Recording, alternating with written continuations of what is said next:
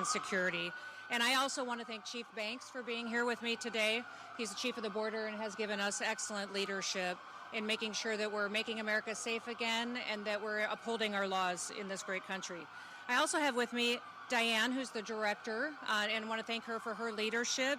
Sydney's over here as well, has been imperative in making sure this port of entry is run safely and that we are interdicting drugs like you see in front of you here today and getting them off of our streets so that they don't poison our next generation of Americans. We do have Sheriff Ken Jones is here with us today. I want to thank him for his partnership. A key to our success at the Department of Homeland Security is making sure that we're partnering with our local law enforcement and doing our operations together to make sure that we're keeping our communities safe. We have Port Director Rosa Hernandez, who's with us. She's the leader here at Otay Mesa and Tecate Ports of Entry. And I want to give a warm welcome and a thanks to all of our law enforcement that are here today. Just their willingness to take an oath to secure our country, to uphold the law and make sure that it's applied fairly is an incredible, powerful testimony to their kids of this next generation that will step up and serve in their footsteps. Your leadership and the hard work of these law enforcement officers have helped President Trump deliver the most secure border in American history. And they're helping us win the fight against fentanyl and saving countless lives. In fact, we were just here touring the vault that is so important to making sure that we're interdicting these drugs and keeping them off of our streets and getting them away from cartels and dangerous criminals to make sure that we're destroying them before they destroy lives. But also right here in front of you, just in this bin in front of you, you see enough lethal doses of fentanyl that would kill 10 million Americans if it were to be allowed to come into our country, be trafficked, and poison our people. For 4 dark years under Joe Biden, we saw violent criminals, murderers, gang members, terrorists, rapists, pedophiles, and human smugglers invade this country. Drug traffickers brought dangerous narcotics into our country and poisoned our people and tore our communities apart. But the American people put President Trump back into office. They removed criminal, illegal aliens from our communities. They've stopped the cartels, and they've stopped the flow of these dangerous drugs. And what the men and women of the Department of Homeland Security have done is a testimony to President Trump's leadership and to these law enforcement officers' dedication. For 9 straight months, U.S. Border Patrol has released 0 illegal aliens into the United States. With fewer people that cross illegally, we make sure that our southern border apprehensions were much lower than during the Biden administration. In fact, 93% lower than during that administration. President Trump has cut off the flow of trafficking down at the southern border, and just of fentanyl, we've seen a decrease of 56% drop in fentanyl coming into this country. The vault that we've toured today holds 188,218 pounds of seized illicit drugs. That inventory includes over 100,000 pounds of meth, 59,000 pounds of cocaine, and 7,400 pounds of fentanyl. In other words, that vault holds more than 1.7 billion lethal doses of narcotics, of fentanyl and cocaine. All of these narcotics were interdicted by U.S. Customs and Border Protection in the San Diego area. That's 1.7 billion lives that are saved because of the work that they do. The vast majority of these drug seizures happen at the port of entry, and the majority of drug seizures along the southern border happen at this port of entry. Those drug seizures are incredible to what they do to save American lives. Now, the men and women here at Otay Mesa are heroes who work around the clock to make sure that they're keeping Americans safe. Fentanyl has killed countless Americans who still should be here with us today. In fact, I've met with many parents who've lost children to fentanyl poisoning. Americans like Greg Swan, who the first time I met him told me about his son, Drew, who died from fentanyl poisoning at the age of 24 in 2013. In fact, Greg is one of the co-founders of Fentanyl fathers who've lost their children because of that dangerous drug that was running everywhere and running rampant throughout our country. Also, I met Rebecca Kisling, who lost both of her sons. She lost her 20-year-old son, Caleb, and 18-year-old Kyler to fentanyl poisoning on the same day in 2020. There's far too many stories of that happening. In fact, 1 in 3 Americans know someone that has died from fentanyl poisoning. That shouldn't happen in the greatest country on earth, and President Trump gets up every single day to make sure that it doesn't happen. Thanks to him and to the men and women of CBP, we're winning the fight against fentanyl. Now, President Trump has called the cartels the ISIS of the Western Hemisphere, and he's right. The cartels traffic, they torture, they behead human beings, and they enrich themselves and profit off of American deaths. And that's why President Trump took action and designated them as foreign terrorist organizations on day one. Today, the men and women of the Department of Homeland Security are on the front lines of the fight against the cartels and the drugs poisoning our country. And we are winning. And while we stop threats from coming into our country, we can't forget about the ones that are already in our borders. Right now, in prisons and jails across California, ICE has lodged detainers on over 33,000 criminal illegal aliens. Instead of honoring these detainers against criminals who've trafficked drugs and committed crimes across the American people, Governor Newsom and California sanctuary policies have released over 4,500 criminal illegal aliens back onto the streets to create more victims that will harm more Americans. We need him to work with us and these local law enforcement and community leaders and elected officials here in California to protect Americans, to make sure that we're interdicting more of these drugs before they poison more Americans. And we need them to work with us to help make sure that we're keeping our law enforcement safe. Our ICE officers and CBP officers are facing a 1,300% increase in assaults against them, a 3,200% increase in vehicular attacks against them, and an 8,000% increase in death threats against them. On January 23rd, an illegal alien here at the San Diego Sector Border Patrol attacked a law enforcement officer, hit him in the head with a rock, left him lacerated, bruised, and bleeding. He was hospitalized, but his assailant did escape. That attack was the 7th recorded assault on a Border Patrol agent in San Diego since October. Law enforcement officers take an oath. They pledge to protect citizens, and they work hard to uphold to the truths that our founders created this country on. In the Declaration of Independence, our founders pledged their lives, their fortune, and their sacred honor to keep people safe, so that fellow Americans and our children could live in freedom, that they could live in safety. And that's the same pledge that our law enforcement officers take each and every day. They deserve our gratitude.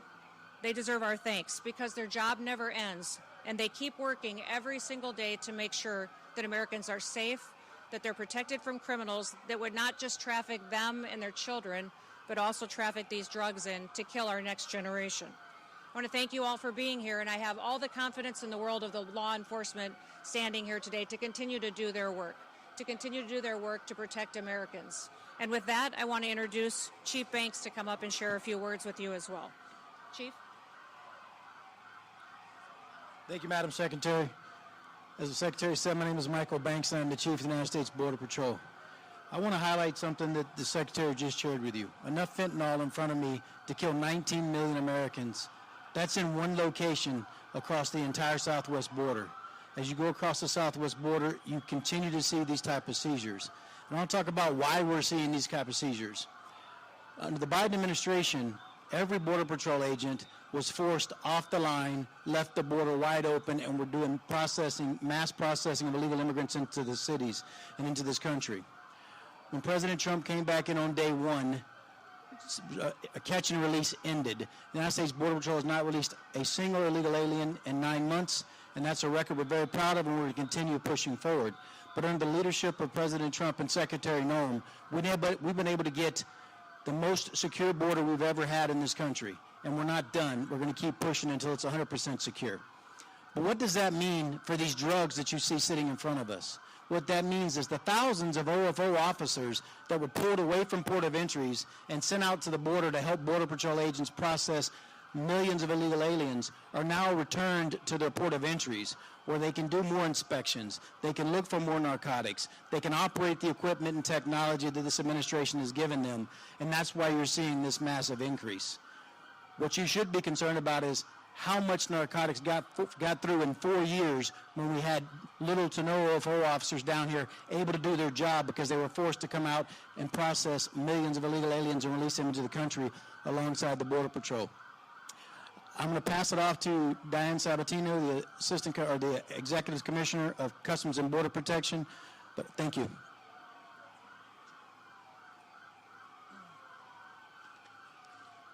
Good afternoon, really, and thank you, Secretary Noem, for being here with us today, and Chief Banks also for your great partnership in CBP. We're really grateful for the opportunity to highlight the work of our frontline personnel, the work that interdicting these narcotics every day to secure our borders and protect our communities. What you just heard from Secretary Noem reflects our mission to secure the border at ports of entry, frontline personnel applying their training, the intelligence, and technology to keep dangerous narcotics out of our communities. It's demanding work. The men and women who carry out this mission do so with professionalism, often under incredibly challenging conditions.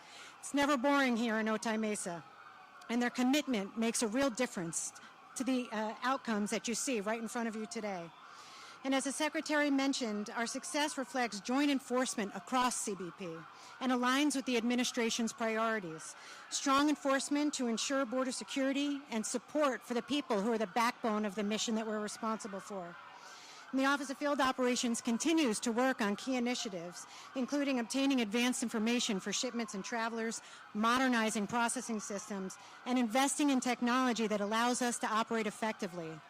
All of these efforts really support our most valuable resource, which is our frontline personnel. That includes our CBP officers, our Border Patrol agents, our import specialists, and our agriculture specialists. And the One Big Beautiful Bill Act represents a generational investment in our border security mission. Funding from the Act is going to allow CBP to expand capabilities such as non-intrusive inspection technology and responsibly integrate artificial intelligence, machine learning into the work that we do.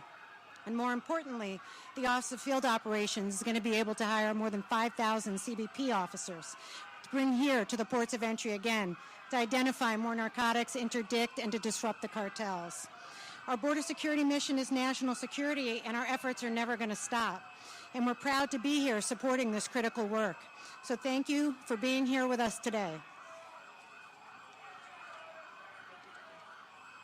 Thank you, Diane, and thank you, Chief Banks, as well. With that, we'll open it up to any questions that you may have.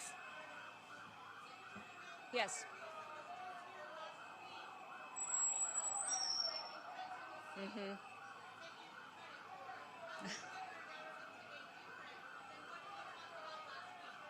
Well, what I would say is that we are extremely grateful for the partnership that we have with local law enforcement partners, like the sheriff over here.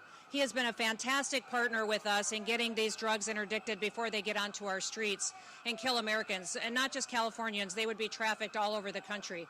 What I would say is I hope that Governor Newsom will partner with us more, that he would work with us to honor our detainers. You heard me earlier in my statement say that there's 33,000 people that are in California jails that have committed crimes against the American people. Before they are released back out onto our streets, give them to us so that if they're criminal, illegal aliens, we can return them back to their home countries so that there aren't any more victims in this country. We shouldn't be letting people stay in this country to commit more crimes when they haven't come here the right way. So many Americans fought to come here from other countries the right way and become citizens and believe in the freedoms and the liberties we stand for. I would invite Governor Newsom to partner with us to make sure that those criminals are removed and that we continue to keep our streets safe. Well, they're obviously expressing their First Amendment rights, and we welcome that. As long as they do so peacefully, I think it's a wonderful thing. Yes.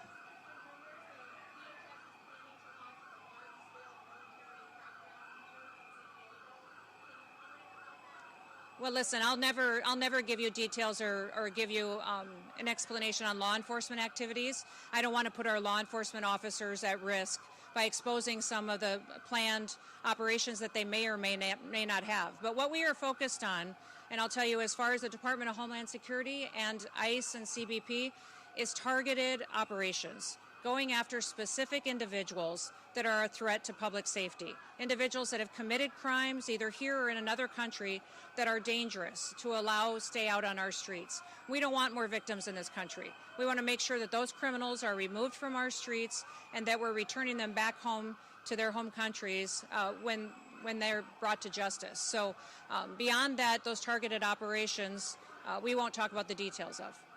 Yes.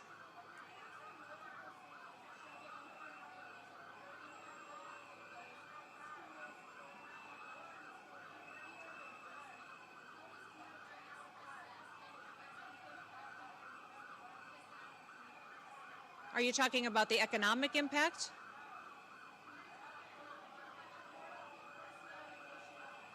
You know, what I would say is we welcome the opportunity to partner with community leaders. If they feel that in their city or in their community that the individuals who live there, the citizens, could be better served by a partnership with us, we would love that. We would love to work with them to make sure that public safety is a #1 priority, that people feel safe in their communities, they can go to their jobs, they can go to school, and know that the laws will be upheld, they'll be respected, and that we'll work together to keep them safe. Yes. Yeah.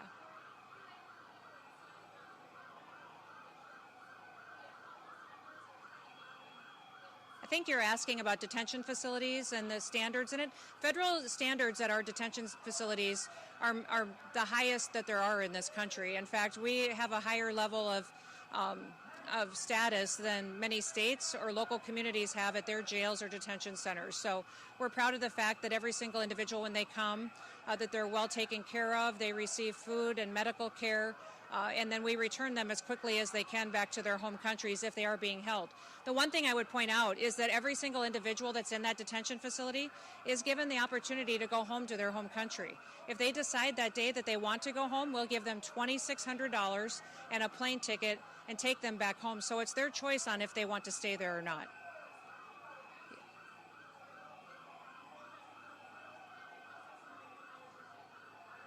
Are you talking about our funding bill? We're concerned about the Department of Homeland Security not being funded. In fact, I think it's the wrong message to send to the world at this point in time. When you think about it, every other portion of the federal government has been funded except Homeland Security. That's telling the rest of the world the Democrat Party doesn't think that protecting America is safe. It's the wrong message to send. They keep talking about the fact that they want ICE's operations to be impacted, but only 11% of that bill is ICE. The rest of it is FEMA, which is responsible for disaster response, for protecting our critical infrastructure. If we had some kind of an attack or a terrible disaster that hit our country, FEMA is the agency that's responsible for running our government, for stabilizing our country. And the Democrat Party is choosing not to fund FEMA and put us in jeopardy in that situation. The other things that wouldn't be funded is TSA. The security at all of our airports is in jeopardy because they've refused to fund the Department of Homeland Security. The TSA, those officers that show up and check your bags, they screen individuals on if they're safe to get on airplanes or not, they won't be paid. After Friday, they won't be paid and won't receive their paychecks. And I hear people talk about the fact, well, they're exempt employees, they're expected to still show up. How long would you continue to show up for a job that you're not being paid for? In fact, these TSA employees just went through a 43-day shutdown where they weren't paid.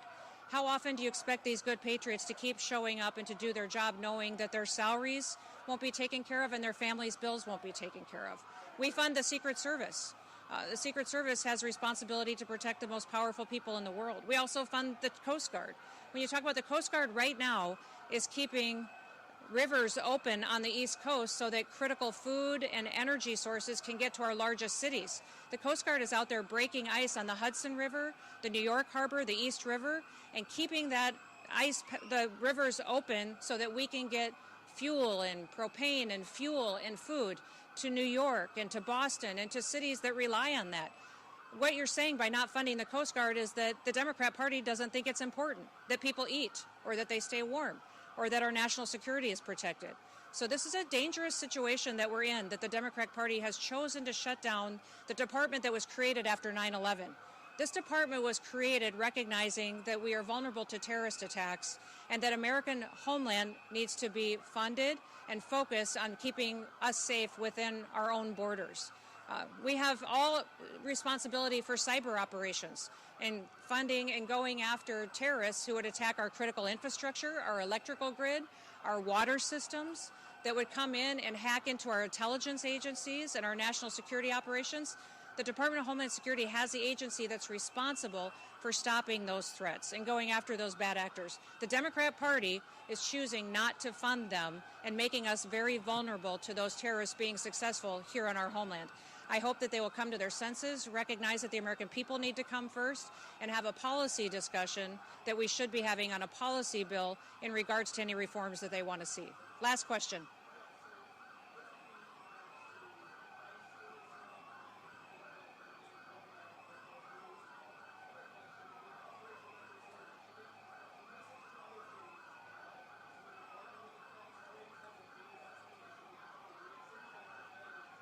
I heard you ask about Operation Metro Surge and CBP and ICE, and what was the 287G?